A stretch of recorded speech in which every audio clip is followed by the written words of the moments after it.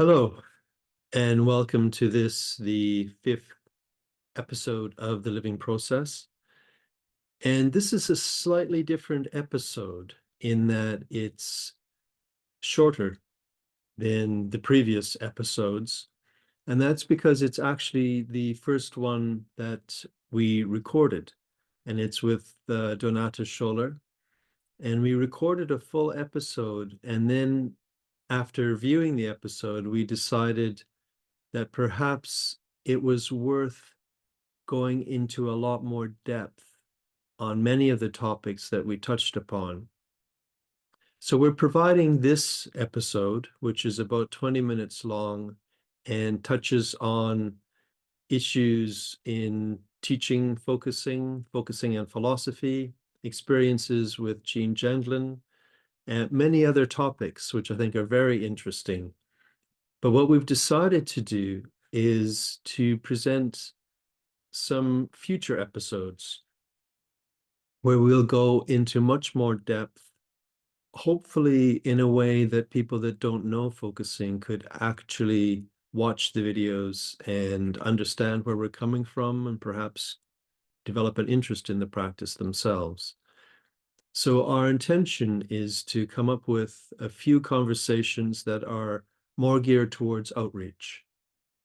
And some of the topics we've come up with already is focusing just a subjective self-help practice. And that would touch upon the philosophical, political, ecological dimensions of focusing, the relationship between focusing and philosophy. And is the focusing practice needed in order to understand focusing philosophy? That's a very interesting question, and one that we hope to get into in future episodes. The issue of power in the listening relationship. Does the listener have too much power and is too directive somehow in that relationship?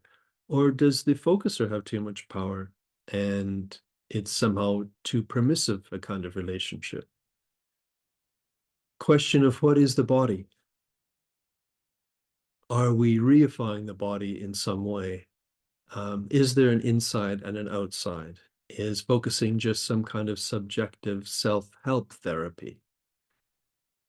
So we hope that you enjoy this slightly shorter exchange between Donata and I. I thoroughly enjoyed it, and I look forward to our future conversations.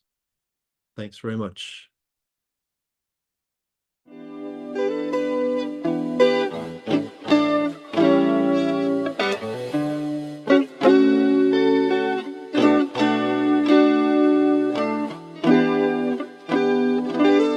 I'm really happy to welcome Donata Schoeller, who many of you, if not most of you, already know. Donata is a philosopher. She teaches internationally at various universities, and she's the academic director of a program called Training in Embodied Critical Thinking. In addition to her work on Gendlin's philosophy, she has also done extensive work on the philosophy of Meister Eckhart, and she's published extensively about Gendlin's philosophy and was involved in translating a process model into German. She teaches thinking at the edge and also offers courses as a focusing trainer in Switzerland, and she lives with her family in Switzerland and Germany. Welcome. I'm very happy to be talking with Donata this morning. And I know that we've just come off the end of the Gendlin Symposium, which was a very intense few days, especially for you because you were organizing it as well as presenting and attending. So I feel almost like I want to start with questions that came up there. Okay. But maybe before we do that, can I ask just a little bit about how you found yourself in your life entering into this interest in Gendlin's philosophy and the focusing world, and how you got here somehow? Christiane Geiser once came up to me. She was a listener in one of my lectures. She came up to me She was interested in what I was saying. We went to lunch. She told me about focusing. I thought this sounds interesting. 3 weeks later, Lynn came to Zurich, held a lecture, and I thought, wow, what is this?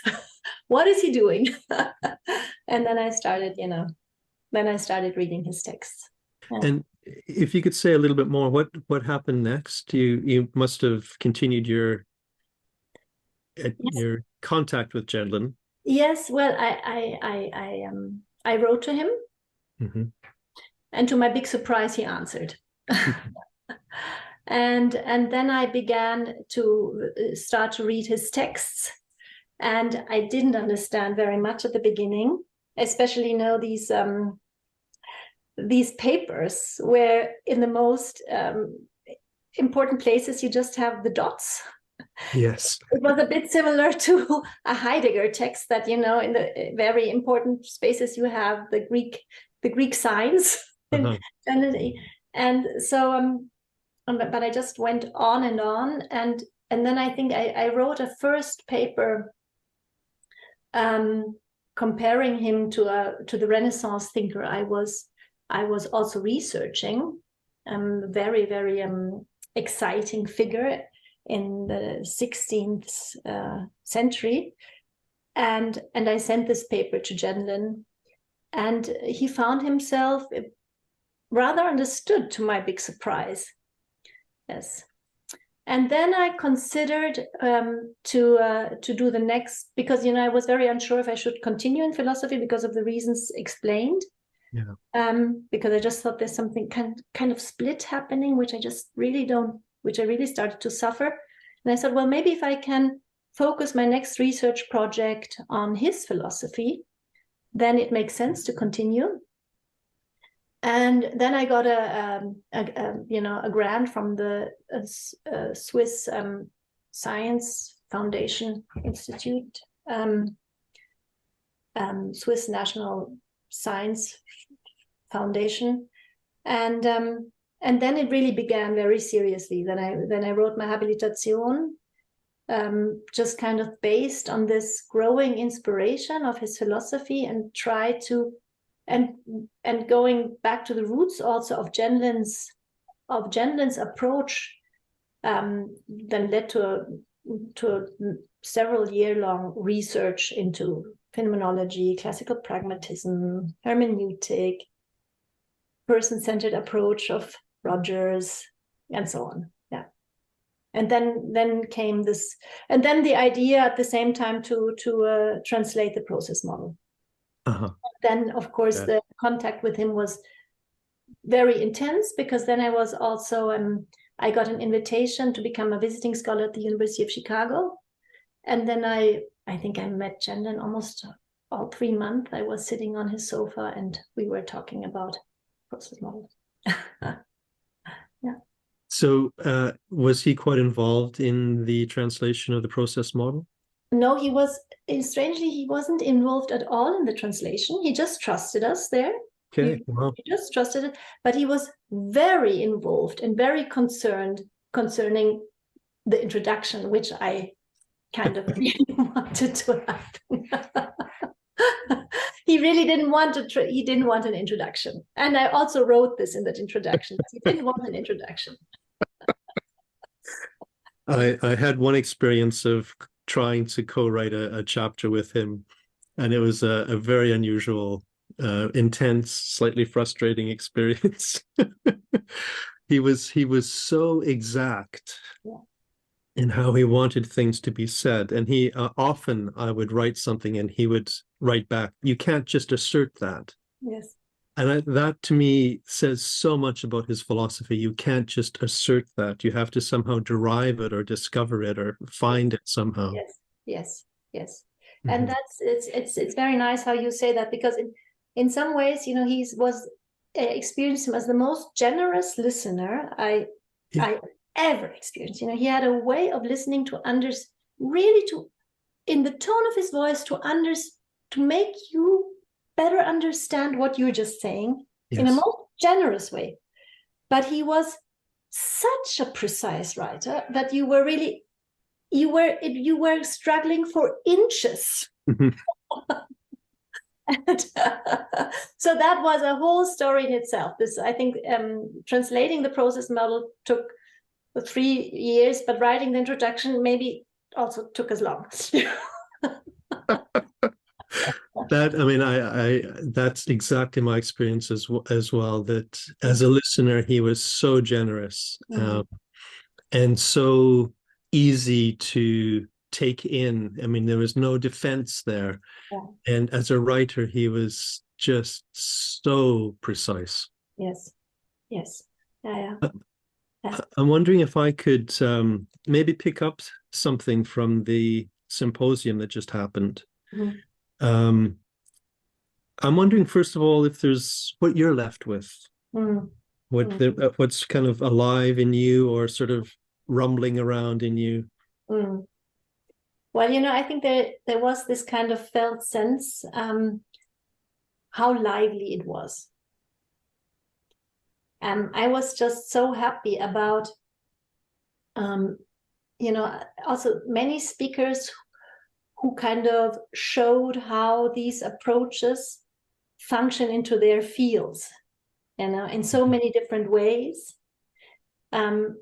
Things happening at the University of Freiburg where students all of a sudden discover focusing interview as a method to come close to experiential qualities and intricacies no other interview method could capture, and young and researchers who showed how this experiential and focusing approach helps them for environmental issues and for teaching environmental ethics, environmental issues.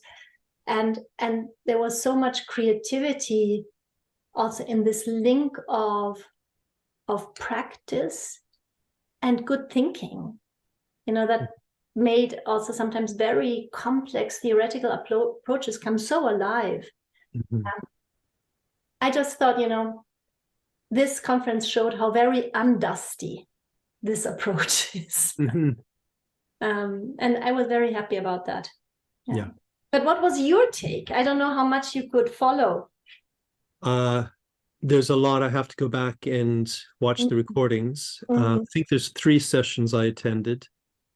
And my response was I expected that that sometimes with focusing presentations, it can feel a little abstract and like a lot of words coming at me. So I was kind of bracing myself for that, hoping that I could keep up. But I didn't find that. I think, like you were saying, I actually found certainly the presentations that I listened to, I found them grounded in something. It really felt like people were speaking from a place inside of themselves, speaking from their experience of something. And that seemed to keep it someplace that my body could process it. So I really appreciated it, and I'm looking forward to watching the other recordings. Yes, yeah. I very much like your term grounded, and in some way I think that's really like a new and very honest and very experimental kind of culture that is happening, or so that one is there's a kind of sense we need to really try out something new to grapple with the problems. We just cannot just draw on more theories, or there's something we need to enact in new ways as a researcher. And I think that was sometimes so tangible in these presentations. There's a couple of things that makes me think of. I want to ask them both together. Yes. One is a thought I have had in the past when I've seen philosophers discuss Gendlin, is I sometimes ask myself, has that philosopher ever focused? And I'm wondering what you think of the importance of actually having the focusing process in some way in order to understand and communicate the philosophy. I'll ask that one first. Yeah. Yeah, that is a very important question. And I need to kind of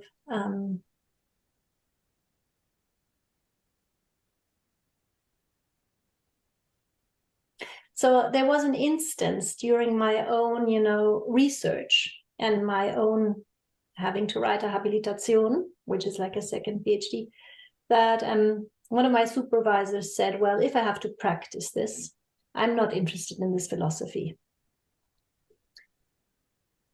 Wow. And, that touches such a major tacit dimension of problem, that touches a hidden assumption of what philosophy is. Mm-hmm. And that touches something we need to grapple with as genuine scholars that have a felt sense that it is this practice that is also philosophically relevant. Mm-hmm. But in terms of a dominant philosophical understanding, this is per se not part of philosophical practice, because philosophical practice is understood as, as interacting with texts and discussing on the basis of texts and reasons and logic and coherence and positions and knowing the discourse. It's a different kind of practice. And you touch something so complicated, because very easily this kind of practice can then be shoveled in an old box of, well, this is just subjective, mm-hmm. going to your own. But yeah, there is so much philosophical discourse that this is nothing we can really talk about, and it's also not relevant. Mm-hmm. So you have a whole discourse that kind of makes it difficult to even start to find the words why this could be relevant. And I think this is also why Jen was so extremely careful, because there's just, mm-hmm. Centuries of reasons why the subjective and the personal and the feeling just, is something we need to transcend to come into a universal space. So this is kind of the major question. And I think it's there, we really touch an edge where we need to find totally new words why it is relevant. And I think, and then maybe I stop, but I think that our whole crisis, environmental crisis, helps us. That we say, and Sigga also in her presentation, that there is some kind of disconnect that happened through a disembodied tendency in our tradition that is now also, going on in a digitalization of mind, as if mind is really just information algorithms, and we don't need this embodied mattering. That we slowly realize embodiment matters. Embodiment makes a difference to our thinking. We think differently if we include this vulnerable base. And I think our crisis will help us to give totally new words to why this is relevant. Yes. Very much the edge I'm constantly struggling with. It, it touches such a thick felt relevance, what you're asking. Yeah, I think my whole work is orbiting around that. Mm-hmm. So I know we're up to time. Yes. And I have to repeat my hope yes. that maybe we'll get a chance to do this again. Yes, that would be lovely. Yes. Okay. Thank you so Great. much. Have a very good day. Yes. You too. Okay. Bye for now. Bye. Bye. Yeah. Bye. Bye.